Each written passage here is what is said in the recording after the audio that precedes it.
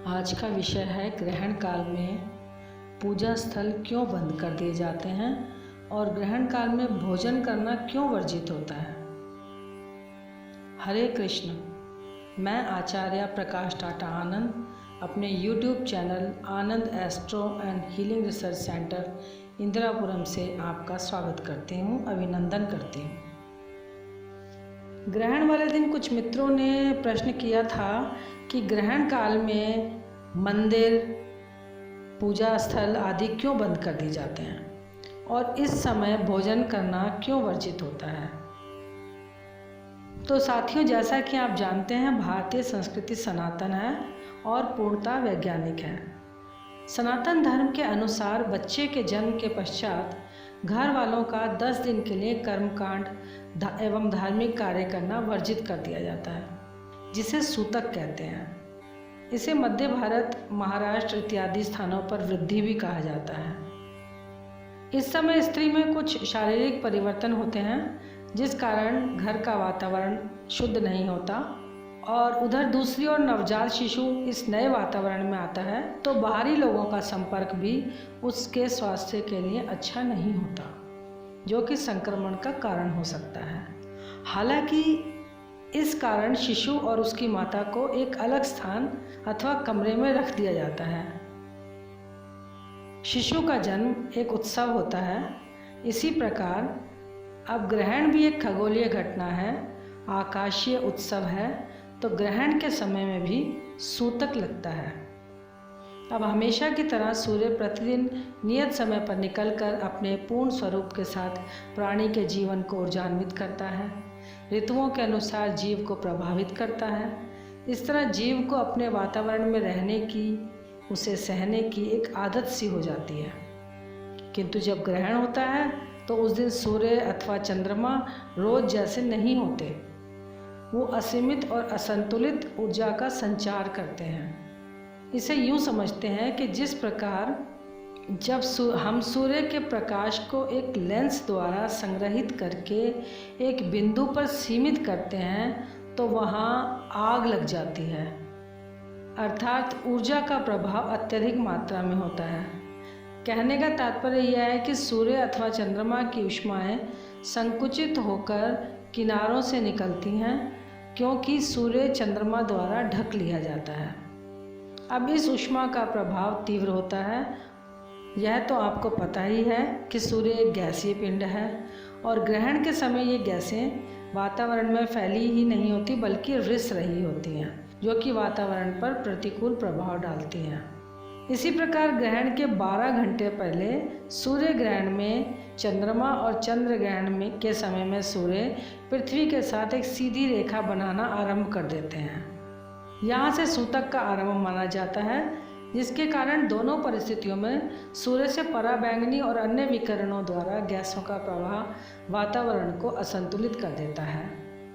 जैसे जैसे ग्रहण का समय निकट आता है वैसे वैसे इन किरणों से ऊर्जा का असीमित और असामान्य प्रवाह होने लगता है, जिसके कारण प्राणी के शरीर पर संक्रमण फैलने की संभावनाएं बढ़ जाती हैं।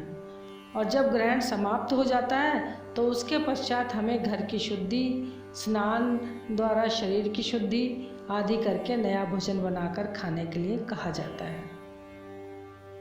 अब विषय आता है कि क्यों पूजा स्थलों को बंद कर दिया जाता है। आप जानते हैं कि मंदिर आदि एक आध्यात्मिक स्थान होते हैं और वहाँ निरंतर पूजा पाठ, मंत्रोच्चार एवं सकारात्मक विचारों का आदान प्रदान होता रहता है, जिसके कारण यह स्थान शुद्ध माने जाते हैं। पूजा स्थलों पर हम स्वयं को शुद्ध करने, शांति एवं आनंद की अनुभूति करने के लिए जाते हैं। निरंतर मंत्रोच्चार एवं धूप दीप के कारण यह स्थान पवित्र हो जाते हैं और एनर्जी का केंद्र होते हैं। ग्रहण के समय वातावरण में दूषित किरणों या दूसरे शब्दों में कहा जाए कि अत्यधिक ऊर्जा एवं गैसों का संचरण करने वाली किरणों के प्रभाव से बचाने के लिए पूजा स्थलों को बंद कर दिया जाता है और ग्रहण काल के पश्चात इन्हें पुनः शुद्ध एवं पवित्र करके खोला जाता है, ताकि जब हम वहाँ शांति और आनंद के लिए पुनः जाएं तो हमें शुद्ध एवं पवित्र वातावरण मिले, जो हमारे शरीर के साथ साथ मन मस्तिष्क को भी शांति एवं सुख का अनुभव कराए। अब दूसरा प्रश्न है कि ग्रहण काल में भोजन क्यों वर्जित होता है। इसका एक कारण है कि जिस प्रकार चंद्रमा अथवा सूर्य ग्रहण के समय चंद्रमा अपनी कलाएं 28 से 30 दिन में पूरी करता है, अर्थात एक एक दिन बढ़ता है और एक एक दिन घटता है, और इस प्रकार अपना अमावस्या से पूर्णिमा और पूर्णिमा से अमावस्या का सफ़र पूरा करता है। उसी प्रकार माना जाता है कि ग्रहण के समय वो मात्र कुछ घंटों में ही यह प्रक्रिया पूरी कर लेता है। इसलिए मैं इसे खगोलीय उत्सव कहती हूँ। यह एक सुंदर आकाशीय घटना है जिसमें चंद्रमा का त्वरित गति से नर्तन होता है। यदि हम भोजन को 28 दिन के लिए रखकर फिर खाएं तो क्या वह खाने योग्य होगा?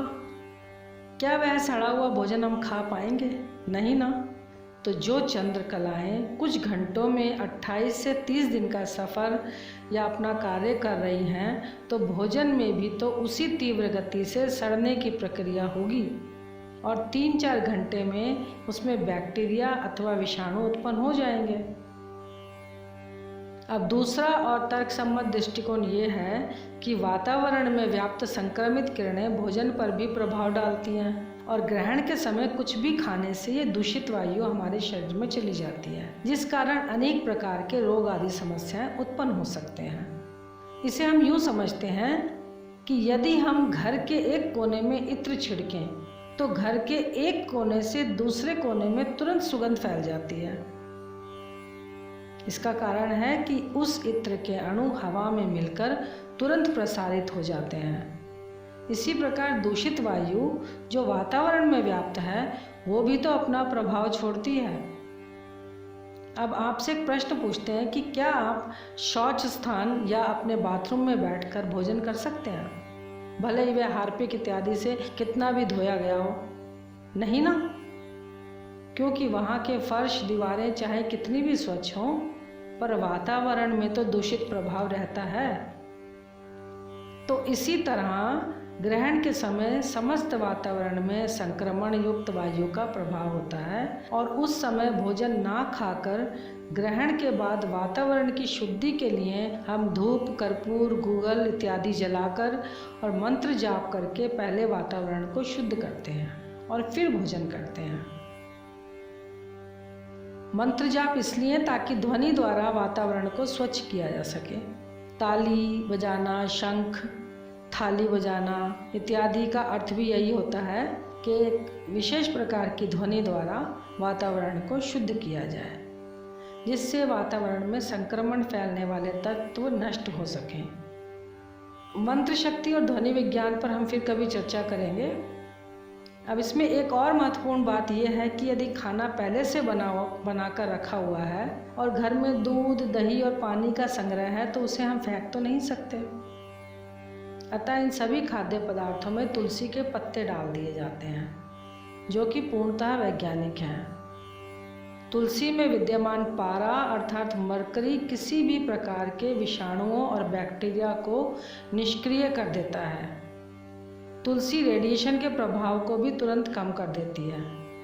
इसमें अन्य रासायनिक तत्व भी होते हैं, जैसे तुलसी के बीजों में हरे पीले रंग का तेल लगभग 17.8% की मात्रा में पाया जाता है, जिसके घटक हैं सीटोस्टेरॉल, पामेटिक, स्टीयरिक, ऑलिक, लिनोलक और लिनोलिक अम्ल इत्यादि। तेल के अलावा बीजों में श्लेष्मक प्रचुर मात्रा में होता है, जो कि शरीर में रोग प्रतिरोधक क्षमता को बढ़ाकर संक्रमण को समाप्त करने में सहायता करता है। इसलिए यदि हम खाने की वस्तुओं में तुलसी डालकर रखें तो विषाणुओं का प्रभाव निष्क्रिय हो जाता है और ग्रहण से पूर्व ही भोजन में तुलसी के पत्ते डाल दिए जाते हैं। आशा है आपको मेरे विचार पसंद आए होंगे। इससे संबंधित कोई प्रश्न हो अथवा आपके अपने विचार हों तो कमेंट बॉक्स में अवश्य लिखें। आपके विचारों से मुझे भी कुछ सीखने का मौका मिलता है। अपने साथियों में शेयर अवश्य करें। अगर अभी तक आपने मेरा यह चैनल सब्सक्राइब नहीं किया है तो कृपया अवश्य करें, इससे हमारा भी उत्साह बढ़ता है। लाइक करें और हाँ, बेल आइकन को अवश्य दबाएं ताकि मेरे और वीडियो आप तक शीघ्र पहुंच सकें। एक नई सोच, नए विचार के साथ शीघ्र मिलेंगे। तब तक के लिए हरे कृष्ण।